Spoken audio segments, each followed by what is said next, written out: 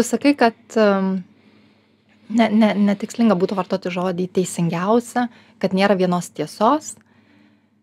Kaip dažnai tu pati tuo abejoji? Aš paaiškinsiu mano klausimo esmę, kad mes daug ką dalykų žinome ir jais tikime. Na, kai esame, kai diskutuojam, pavyzdžiui, laidoje apie tai, taip labai lengva iš tikrųjų pasakyti, kad nėra bendros tiesos, kiekvienam skirtingai, kiekvienai šeimai skirtingai. Bet būna situacijų, kai mes grįžtam į tas skirtingas tiesas, šeimas ir visa kita. Ir mes pradedam abejoti, ar tikrai nėra vienos tiesos, ne? Ar tikrai tai, kad mums skirtingai kažkas, ar tikrai tai turi savo vietą? Ar tikrai tai yra, drįskim tą žodį, normalu? Ar tikrai, kaip tu, ir aš klausiau, ar abejoji, ne be abejo, kad abejoji, nes mes visi žmonės kažkur momentu suabejojam viskuo, tai galbūt klausimas labiau yra, kaip tu tais momentais sugrįžti link savo tiesos, kaip kur tu semiesi tikėjimo ar stiprybės galbūt, kad grįžtum prie savo tiesų, kad nenusigręžtum nuo jų. Tai tikrai ta viena tiesa, jinai tikrai neegzistuoja. Čia, man atrodo, yra faktas, ne? Bet tas abejonė kartu su tuo lygiai taip pat irgi yra labai arti to suvokimo. Pati aš nebijau keisti savo tiesos. Čia yra vienas toks galbūt aspektas, kas man padeda ir ją sugrįžti, ir ją pakoreguoti, nes būtent tas suvokimas, kad tos vienos nėra, leidžia man išlikti lankščiai.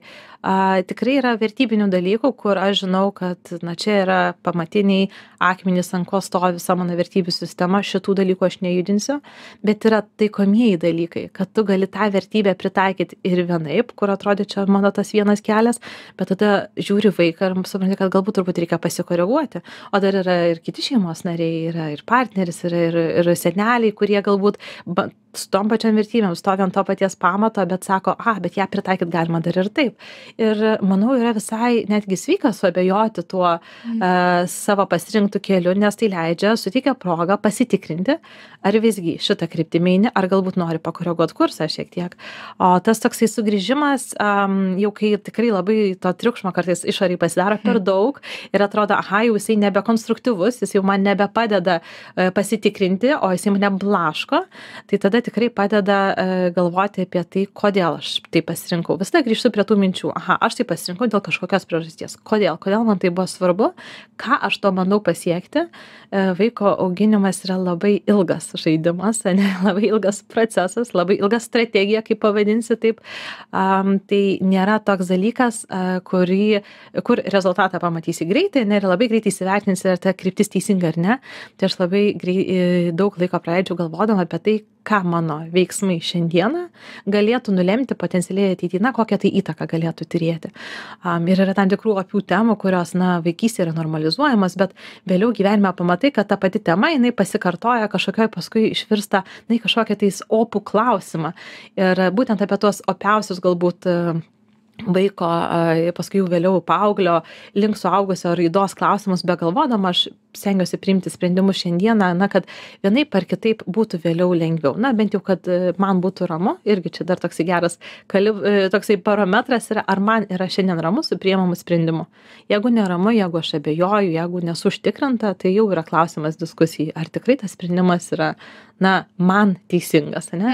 O universaliai teisingų sprendimų, tai tikrai neturiu iliuzijos, kad priiminėsiu. Susitiksiu su dukra, kada prie kavos, kai jinai jau bus paauglė ar suaugus ir paklausima, mums labai įdomu išgirsti, kas jai būtų patikę kitaip, negu kad aš dariau, nes tikrai turės ką papasakot. Ir tai irgi dar yra vienas labai įdomus tėvystės aspektas, kad aš ją auginu, kaip man šiuo metu atrodo, kad tinkama yra. Žiūriu į ją, ieškau tų ženklų, kad jai tinka, bet ar jai visiškai tinka?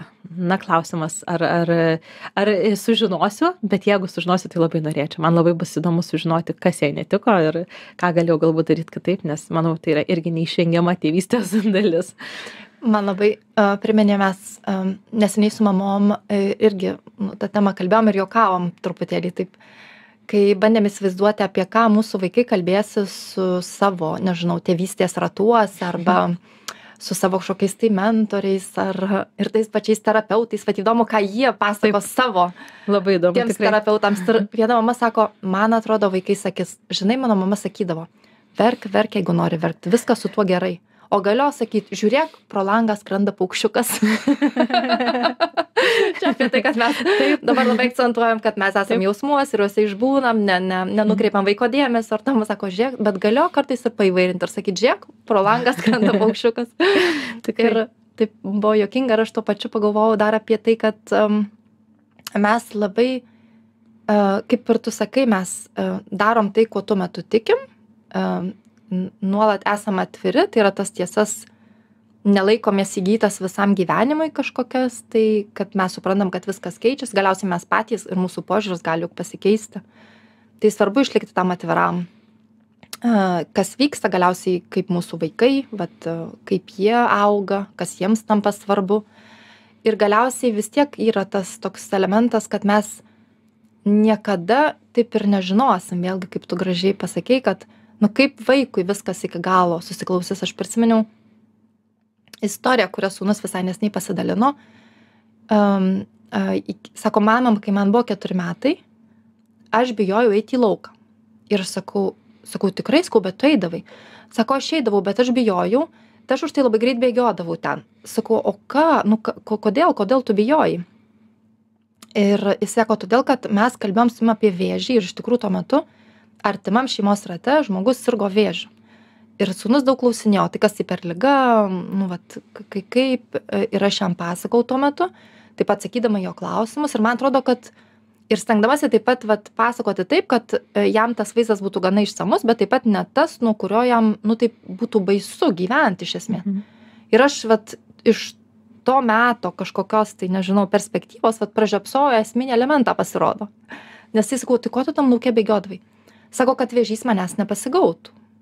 Nes jisai suprato, tikriausiai aš nepasakiau tada. Ir aišku, kad nepasakiau, kad mes vėžio nepasigaunam, kai pasigaunam slogą ar kažkokį tai kosulį, kad tai nėra bakterija ar virusas lauke, kurie pas mus patenka per burną, per kvėpavimo takus.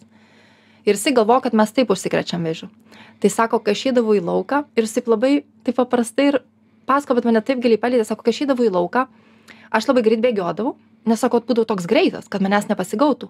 Ir sako, prisimenu, kai supdavausi ant supinių, aš labai greitai kojom taip darydavau, kad visą tą vėžį atstumtau, sako, kad jis pas mane neteitų. Ir aš taip sėdžiu ir galvoju, aš to niekada nebuvau užfiksavus. Tuose pokalbiuose ir mes dažnai kalbėdavom, nes tai buvo artimas žmogus ir kažkaip, tikrai prisimenu, kad dažnai apie tai kalbėdavom. Ir aš niekada nebuvau užfiksavusi. Jis neįvardino, irgi tai buvo pasirinkimas. Jis galėjo įvardinti ir sakyti, bet mama, aš, pavyzdžiui, bijau, kai esu lauke, arba kaip man nuo jo greičiau pabėgti. Bet jis pasirinko neįvardinti, pasiliko savo tą kažkokį tai savo įsivaizdavimą, kas tai yra. Ir aš, tuo momentu aš niekada nepajaučiau to. Ir aš tai sužinojau tik dabar, jam jau 10 metų, po 6 metų. Ir tu suvoki, kad tu niekaip negali iki galo žinoti, kaip tas bendravimas, kaip ta komunikacija, kaip jinai vis tiek tam žmogui konkrečiam susiklauso. Taip, tikrai ir nežinosi, nes vaikas dažnai gal net kaip tik tą akimirką net neverbalizuos, nes jam tai neatrodė tuo metu kaip kažkokia, kad netinkamas jos suvokimas, jis tai priėmė kaip, štai taip, man ligas šitaip mes šitaip susergam, ne? Tai matyt, čia irgi taip liga, šitaip galima susirgti, tik šita liga daug baisesnė ir aš jie visai nenoriu susirgti, ne? Tas tikrai labai įdomu, aš tai turiu tokią linksmesnę istoriją, ne savo vyro, bet irgi labai toks paprastas pavyzdys apie tą patį, kaip vaikui susišviesti, paprasta frazė, vyrui pasakė, tėvai tikriausiai nuo jo būsą, sako, savaitgalį dažysim langus. Mano vyras ašaroja, kaip vaikas irgi apie 4 metus, jam buvo gal 3-4, ašaroja, sako, bet kam dažyti tos langus, kai aš pro juos nieko nematysiu, kam juos dažyti. Atsikelia po pietų miego, sako, tai kada mama dažysi tos langus, jau nudažėm, viskas nudažyta, sako, žiūriu aš tos langus, viskas matosi, niekas ten nenudažyta, o kad langų